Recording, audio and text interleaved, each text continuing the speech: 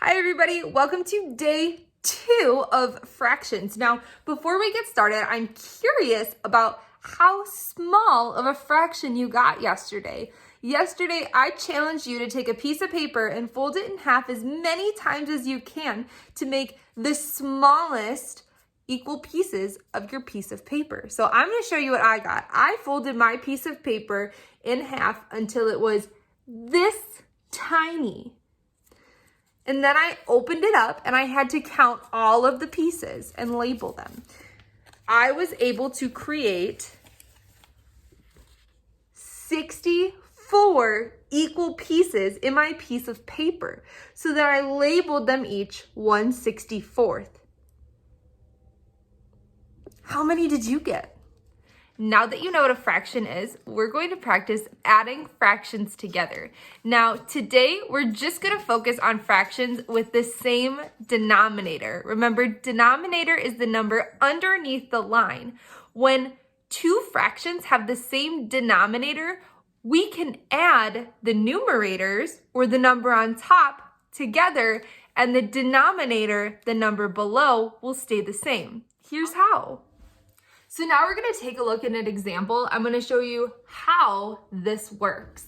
If I have a bar, for example,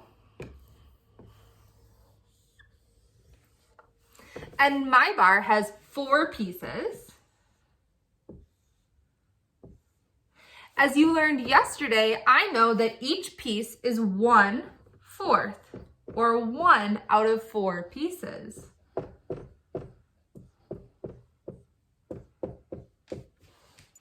Now, let's say I just want to take these 2.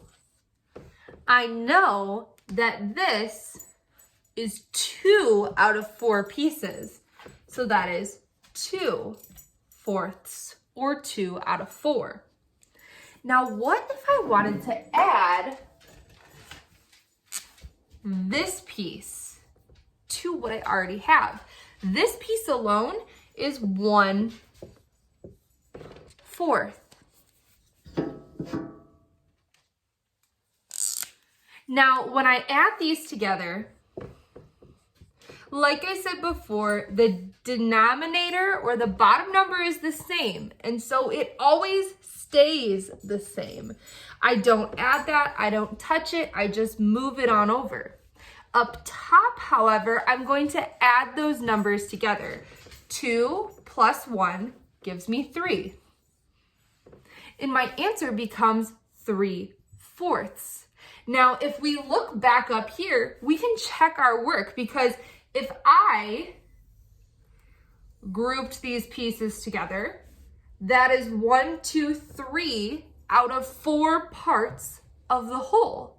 That still gives me 3/4. So remember, when we are adding numbers that have a like denominator or like bottom number, we keep the bottom number the same and we add the numerator or the top number. Let's try one more example just so that we're sure that we understand. So if I have a bar, this time I'm going to use sixths. So if I have a bar here, and my bar is broken down into 6 equal pieces, I know that each piece of the bar is 1/6. It's 1 out of 6 total parts. Now say that I want to add this section. That's 1, 2, 3, 4 parts, or 4 out of 6, plus this section, which is 1, 2 out of 6. Now, if I add these together, again, the denominator or bottom number is going to stay the same. Because they are the same, we don't change it. That goes right into our answer. And we add the top parts. So I have 4 pieces of 6 plus 2 pieces of 6. I just add my numerators. 4 plus 2 gives me 6. And my answer is 6/6, or 6 out of 6 pieces. I can double check that by looking back at my diagram. If I have this whole, all of the pieces I add together, that is a total of 6 out of 6 sections.